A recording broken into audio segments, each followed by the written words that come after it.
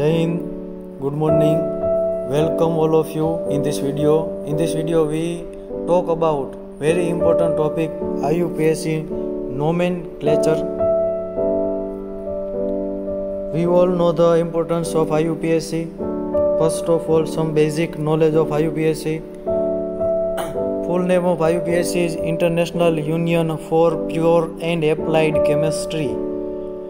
This organization work for advanced chemistry for worldwide. The motto for this organization is also same. It is established in year 1990. Important for general knowledge. The headquarters of this organization at Carolina at United States, and the nowadays CEO of this institute is Christopher M.A. Bright.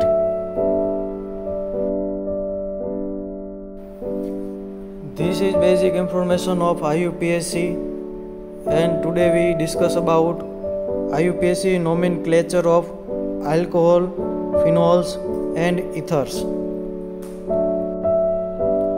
તો આપણે સૌથી પહેલાં આલ્કોહોલનું IUPAC નોમેનક્લેચરથી start કરશું.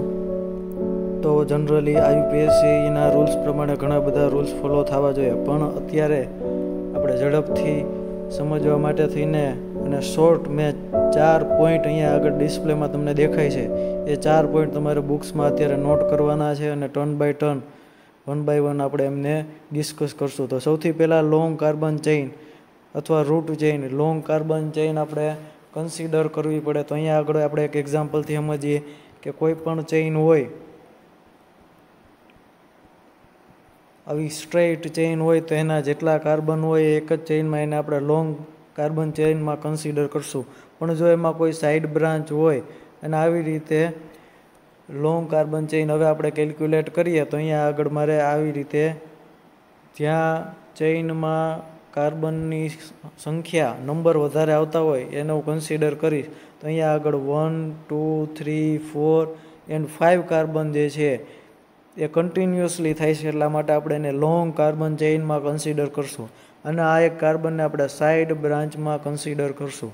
તો આવી રીતે પહેલો point આપણો લોંગ કાર્બન ચેઇન અથવા રૂટ ચેઇન નક્કી કરવાની હોય. હમણાં આપણે એક્ઝામ્પલથી પણ સમજવાની ટ્રાય કરશું.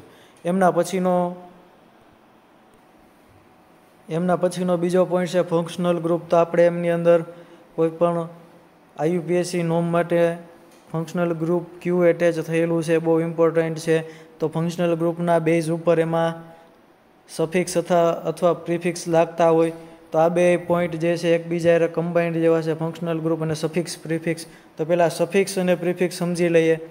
સફિક્સ એટલે નામની પાછળ જે વર્ડ એટેચ થાય એને આપણે સફિક્સ કહીએ છીએ, અને નામની આગળ જે વર્ડ એટેચ થાય એને પ્રિફિક્સ કહીએ છીએ. એક ઇઝી એક્ઝામ્પલથી સમજીએ તો કોઈ પર્સનનું નેમ હોય, માની લ્યો કે ભાઈનું નામ છે XYZ. આપણે કેમિસ્ટ્રી ભણીએ છીએ એટલે XYZ એવું આવશે. એમની પાછળ આપણે ભાઈ લગાડીએ, નામની પાછળ ભાઈ લગાડ્યું તો એને આપણે કહીશું સફિક્સ, અને આગળ આપણે શ્રી લગાડીએ તો એને આપણે કહીશું પ્રિફિક્સ. તો આવી રીતે જે પાછળ લાગે એને કહેવાય સફિક્સ અને જે આગળ એટેચ થાય એને કહેવાય પ્રિફિક્સ. તો ફંક્શનલ ગ્રુપને અનુરૂપ કેટલાક વર્ડ જે છે કાં તો નેમની પાછળ એટેચ થતા હશે અથવા તો નેમની આગળ. તો કોનું નેમ? તો કે આપણે જે લોંગ કાર્બન ચેઇન જેને કન્સિડર કહીએ છીએ એને કહેવાય પેરેન્ટ ચેઇન. તો પેરેન્ટ ચેઇનના નામની આગળ કોઈક વસ્તુ એટેચ થાય અથવા તો પાછળ કોઈ વસ્તુ એટેચ થાય. આ 3 પોઈન્ટ આપણે અત્યારે ડિસ્કસ કરશું. એક્ઝામ્પલમાં ચોથો પોઈન્ટ આપણે ઇમ્પ્લિમેન્ટ કરશું. તો એક્ઝામ્પલથી સમજીએ. તો અહીંયા આગળ એક એક્ઝામ્પલ છે CH3OH. તો સૌથી પહેલાં લોંગ કાર્બન ચેઇન. તો અહીંયા આગળ એક જ કાર્બન છે. તો પહેલો પોઈન્ટ આપણે 1 કાર્બન છે એટલા માટે આપણે 1 કાર્બન હોય તો એને મિથેન અથવા મિથ કહીએ છીએ. અરે હાઇડ્રોજન હોય તો મિથેન, 2 કાર્બન હોય તો ઇથેન, 3 હોય તો propane, butane, pentane, hexane, heptane, octane, nonane, decane, એવી રીતે કન્ટિન્યુ આપણે નામ આપીએ છીએ. તો અહીંયા આગળ 1 કાર્બન છે એટલા માટે આપણે એને કહેશું મિથેન. અહીંયા આગળ હવે બીજો પોઈન્ટ આપણે ડિસ્કસ કરીએ. અહીંયા આગળ છે OH, એટલે કે આપણે પ્રિફિક્સ અથવા સફિક્સ કંઈક એટેચ કરવું પડે. તો આલ્કોહોલ હોય ત્યારે એમાં સફિક્સ જે છે એ OL એટેચ કરશું, OL. પણ ખાલી એટેચ નહીં કરીએ, અહીંયા આગળથી ઈને રિમૂવ કરી અને OL એટેચ કરશું. તો અહીંયા આગળ હવે આપણું આખું નોમેનકલ્ચર આવું કંઈક થઈ જાય. OL આપણે પાછળ એટેચ કરીએ, નામ આવું કંઈક થઈ જાય, મિથેનોલ. આ IUPAC ના રૂલ પ્રમાણે આવું કંઈક નેમ થાય. પણ કેટલાક જનરલ જીવનમાં અને ઉપયોગી હોય, આપણે કેમિકલી રીતે જેનો બહોળો ઉપયોગ કરીએ છીએ એવા આલ્કોહોલનો આપણે કોમન નેમ પણ આપણે ડિસ્કસ કરશું. તો અહીંયા આગળ હોય આટલો જે પોર્શન છે, આ પોર્શન જે છે એને આપણે મિથાઇલથી ઓળખીએ છીએ. આ મિથેન પણ એક હાઇડ્રોજન ઓછો છે એટલે આપણે એને કહેશું મિથાઇલ. અહીંયા આગળ આ જે પોર્શન છે એમને આપણે ઓળખીએ છીએ આલ્કોહોલથી. તો આખું હવે એનું કોમન નેમ થઈ જાય મિથાઇલ આલ્કોહોલ. સેમ એવી જ રીતે એનાથી એક ચેઇન આગળ બીજું એક્ઝામ્પલ સમજીએ. તો અહીંયા આગળ બીજું એક્ઝામ્પલ છે. અહીંયા આગળ આપણે વાત કરીએ એવી રીતે 2 કાર્બન છે, લોંગ કાર્બન ચેઇન માટે 2 કાર્બન છે. તો અહીંયા આગળ CH3 CH2 2 કાર્બન છે એટલે આપણે એને કહેશું ઇથેન. અહીંયા આગળ OL આપણે એટેચ કરશું, પણ કઈ રીતે? અહીંયા આગળથી ઈને રિમૂવ કરી અને OL એટેચ કરશું. હવે આપણું આખું સેન્ટેન્સ થઈ ગયું ઇથેનોલ. તો આનું કોમન નેમ પણ આપણે પ્રીવિયસ જેમ મિથાઇલ આલ્કોહોલનું કર્યું એવી રીતે સેમ ઇથાઇલ આલ્કોહોલ. તો આ ઇઝી એક્ઝામ્પલ હતા એટલે આપણા ઉપરના 3 રૂલ ફોલો થાય એવી રીતે ડિસ્કસ થઈ ગયા. હવે પછીનું એક્ઝામ્પલ આપણે નંબરિંગવાળું થોડુંક સમજીએ. તો આપણે જ્યારે આવી રીતે ફંક્શનલ ગ્રુપ કોઈ એક બાજુના કાર્બન ઉપર નહીં પરંતુ વચ્ચે આવેલો હોય ત્યારે આપણે નંબર આપવા ફરજિયાત થઈ જાય. તો અહીંયા આગળ આપણે બંને બાજુથી સેમ વચ્ચેના કાર્બન ઉપર હોય છે એટલે કોઈ પણ કાર્બનને આપણે 1 કહી દઈએ. અહીંયા આગળ આપણે આ કાર્બનને 1 નંબર કહીએ, આને 2 નંબર કહીએ, આ કાર્બનને લાસ્ટ કાર્બનને 3 નંબર કહીએ. તો અહીંયા 2 નંબરના કાર્બન ઉપર ફંક્શનલ ગ્રુપ એટેચ છે. હવે આપણે પાછું આપણા જે રૂલ હતા એ ફોલો કરીએ. સૌથી પહેલો રૂલ લોંગ કાર્બન ચેઇન, તો 1 2 3 3 કાર્બન એટલે પ્રોપેન.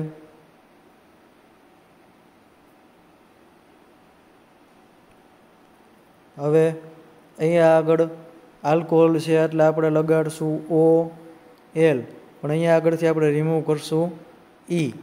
અહીંયા આગળ મેં થોડીક સ્પેસ રાખી છે. એ સ્પેસ કોના માટે? તો કે ત્યાં આપણો નવો પોઈન્ટ એડ કરવાનો કે આલ્કોહોલ માટે જે OL એટેચ કર્યું એ આલ્કોહોલ કેટલા નંબરના કાર્બન ઉપર છે એ આપણે અહીંયા નંબર લખશું. તો અહીંયા એક્ઝામ્પલ આપણે સમજીએ 1 2 2 નંબરના કાર્બન ઉપર આપણો આલ્કોહોલ છે તો અહીંયા આપણે લખશું 2OL. હવે આપણું નામ શું થઈ ગયું? Propane 2OL. તો આપણું નામ થઈ ગયું પ્રોપેન 2OL. હવે આમાં બ્રાન્ચમાં છે આલ્કોહોલ એટલે એના કોમન નેમની વાત કરીએ તો આ આલ્કોહોલ પણ બહુ ઇમ્પોર્ટન્ટ છે. આપણે આ આલ્કોહોલનો મેઇનલી યુઝ સેનિટાઈઝરમાં થાય છે તો આનું કોમન નેમ થાય પ્રોપાઇલ આલ્કોહોલ. પણ અહીંયા સાઈડ બ્રાન્ચમાં છે એટલા માટે આપણે એને કહીશું આઈસો પ્રોપાઇલ આલ્કોહોલ. આ બધા તમારે કોમન નેમ અને IUPAC નેમ બધા નોટ કરવાના છે. એ એસાઇનમેન્ટમાં ગૂગલ ક્લાસરૂમમાં સબમિટ કરાવવા પડશે. તો અહીંયા આગળ એક થોડુંક વધારે એક્ઝામ્પલ છે. ઘણા સ્ટુડન્ટને એવો ક્વેશ્ચન થાય કે સર બંને બાજુથી સેમ હોય ફંક્શનલ ગ્રુપ તો આપણે કોઈ પણ બાજુથી કન્સિડર કરી શકીએ, પણ એક બાજુથી નજીક હોય ને બીજી બાજુથી દૂર હોય તો આપણે કઈ રીતે કઈ મેથડ કન્સિડર કરવી એના માટે થઈને એક્ઝામ્પલ છે. તો અહીંયા આગળ જ્યાંથી ફંક્શનલ ગ્રુપ એટલે કે જે આપણે લોંગ કાર્બન ચેઇન જે કન્સિડર કરીએ એમાં જ્યાંથી ફંક્શનલ ગ્રુપ નજીક થતું હોય એ બાજુથી આપણે એના નંબરિંગ આપશું. તો અહીંયા આગળથી આ બાજુના કાર્બનથી 1 પછી ડાયરેક્ટ 2, અહીંયા આગળ 3 અને લાસ્ટમાં 4. તો આવી રીતે આપણે જે બાજુથી નજીક થાય એ બાજુથી આપણે નંબરિંગ કરશું તો 1 2 3 and 4 તો 4 કાર્બનની ચેઇન હોય તો એને આપણે કહીએ છીએ બ્યુટેન, BUTANE. અહીંયા આગળ આપણે એટેચ કરવાનું છે, આલ્કોહોલ છે એટલા માટે OL, તો આપણે BUTAN રહેવા દેશું, એને રિમૂવ કરી નાખશું ને એની જગ્યાએ આપણે કરશું એટેચ OL. હવે નંબરિંગ જે આપણે હમણાં સમજ્યા હતા કે જેટલા નંબર ઉપર હોય એ પહેલાં નંબર લખીએ ને પછી OL લખીએ. આપણે સમથિંગ આવી રીતે આગળ આ બ્યુટેન લખ્યું, પછી અહીંયા આગળ આ 2 અને પછી અહીંયા OL એવી રીતે લખતા હતા. પણ એની મેથડ બે ટાઈપે તમે લખી શકો. આપણે જે અત્યારે જેનું નેમ થાય તો આપણે પહેલાં સમજાય એ પ્રમાણે એનું નોમેનકલ્ચર થશે બ્યુટેન 2OL, બરાબર. હવે બ્યુટેન 2OL એમની જગ્યાએ નંબરિંગ તમે આગળ પણ આપી શકો 2-બ્યુટેનોલ. તો આ બે રીતે IUPAC પ્રમાણે બે રીતે તમે એને નંબરિંગ આપી શકો. એક તો જે આપણે નેમની પાછળ સફિક્સ લગાડીએ છીએ એમની આગળ પણ આપી શકો અને આખા નોમેનક્લેચરની આગળ પણ આપી શકો. તો આ બે રીતે નોમેનક્લેચર થાય. હવે કેટલાક એક્ઝામ્પલ છે એ તમારે હાથે કરવાના છે. અહીંયા આગળ હું એક એક્ઝામ્પલ લખું છું, એનો IUPAC તમારે હાથે આઈડેન્ટિફાઈ કરવાનું છે. તો અત્યારે તમારી ડિસ્પ્લે ઉપર એક એક્ઝામ્પલ દેખાય છે, એનું તમારે હાથે નોમેનક્લેચર કરવાનું છે અને એનું નેમ જે છે એ તમારે કોમેન્ટમાં લખવાનું છે. સ્ક્રીન ઉપર આવી જાય કે આપણે 4 વસ્તુ ડિસ્કશન કરી: long carbon chain, functional group, suffix, prefix અને લાસ્ટમાં નંબરિંગ. તો આવી રીતે આપણે થોડુંક સમજ્યા. હવે એમનીથી આગળ કે આ વાત કરી આપણે કે એક જ આલ્કોહોલ ગ્રુપ હોય તો આવી રીતે આપણે નોમેનક્લેચર થાય કે methanol, ethanol, propanol, butanol, something. હવે એકથી વધારે OH ફંક્શનલ ગ્રુપ હોય તો સેમ એમાં પણ આવી જ રીતે આ જ રૂલ ફોલો કરવાના છે. ખાલી ચેન્જ ક્યાં આવશે તો કે આપણે આગળ 2 OH ગ્રુપ હોય તો આપણે એક એક્ઝામ્પલથી અહીંયા સમજીએ.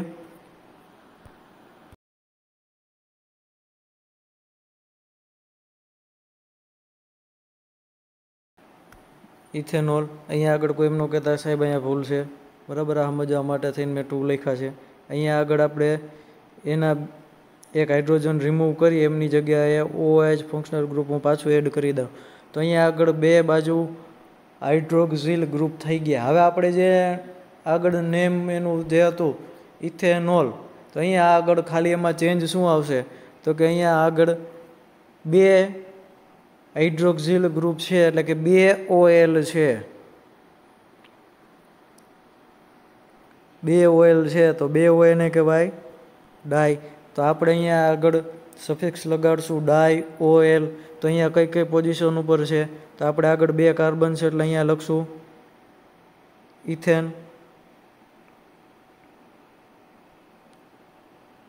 2 કાર્બન છે એટલા માટે ઇથેન. કઈ કઈ પોઝિશન ઉપર તો કે બે જ પોઝિશન આમાં પોસિબલ થાય, 1 કાર્બન ને 2 કાર્બન. કોઈ પણને 1 કહો, કોઈ પણને 2 કહો. તો અહીંયા આગળ 1 2, તો અહીંયા આગળ ઇથેન 1 2 ડાય ઓલ. સેમ એવી રીતે કેટલાક એક્ઝામ્પલ હું તમને ઓરલી કહું છું, એને તમારે સ્ટ્રક્ચરમાં કન્વર્ટ કરવાના. જેમ કે પ્રોપેન 1 2 ડાયોલ, તેનું સ્ટ્રક્ચર કેવું થાય.